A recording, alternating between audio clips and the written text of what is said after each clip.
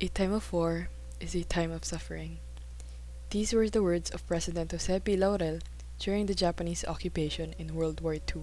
War is not just about battles, it brings pain, loss, and hardship. One of the most tragic moments in Philippine history was the fall of Bataan, a time of great struggle and sacrifice. Today, we take a closer look at a tragic lesson, also known as the fall of Bataan, a powerful artwork by Filipino artist Jean Cabrera. Through striking images and deep emotion, Cabrera tells the story of suffering and resilience during this dark chapter in our history.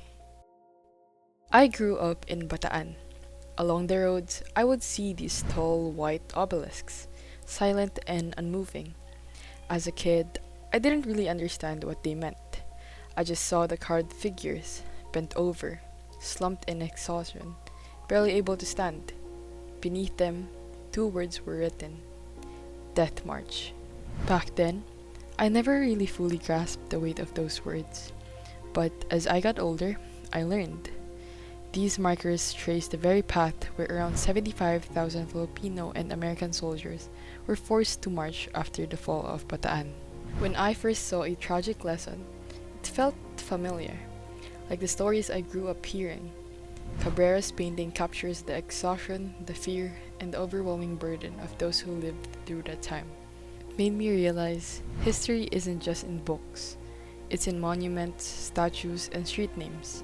They don't just mark places, they mark pain, struggle, and real people. That's why A Tragic Lesson or The Fall of Bataan is so important. Painted by Jean Cabrera in 1957, this oil on canvas piece, now in the National Museum of Fine Arts, isn't just art.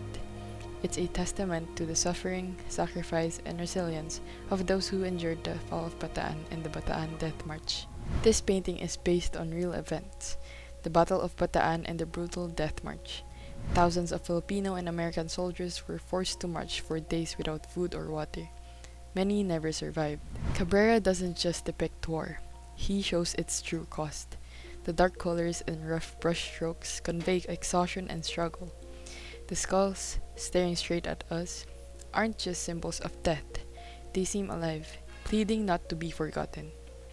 Their placement, blending into the background, suggests how war erases people, turning them into remnants of the past.